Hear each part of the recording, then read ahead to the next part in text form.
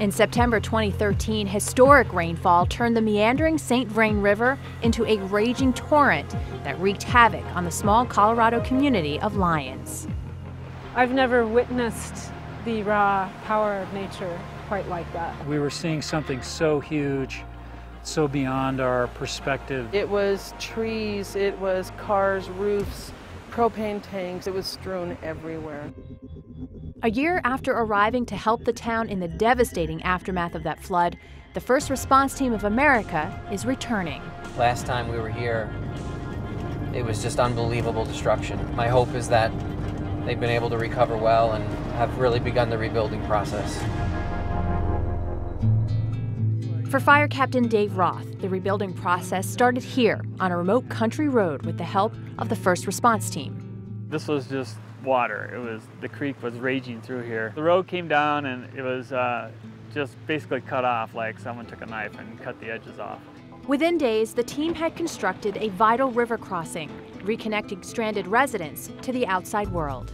We were still using that river crossing like 3.5, 4 weeks after it had washed out. Further downstream, only a concrete slab remains where Captain Roth's firehouse once stood.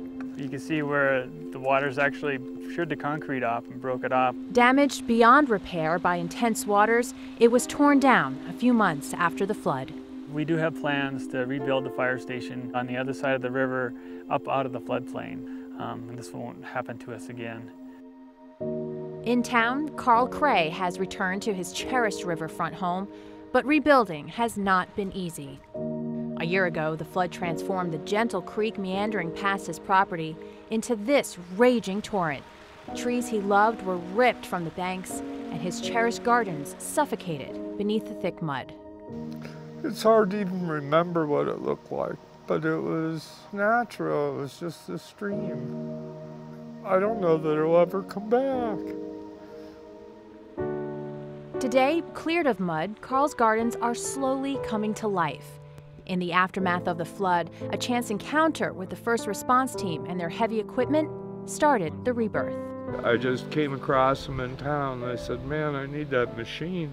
An hour or so he was here.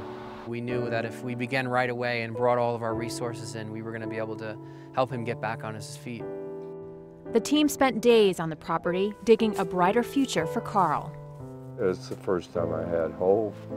Hope that I could still live here. Hope that it wouldn't just swallow me up. I don't know if I'd be back here without him, because I'd given up.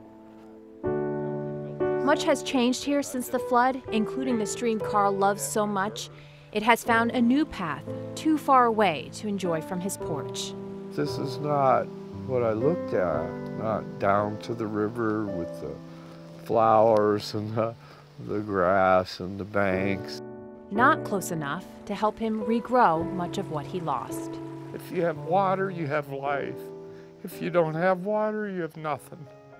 The flood has left Carl yearning for the past, and just like the creek, forced to forge a new way forward.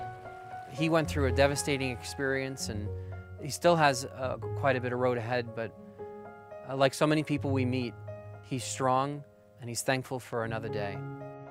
In going back to Lyons, Tattagolia is reminded how his work helps communities move forward.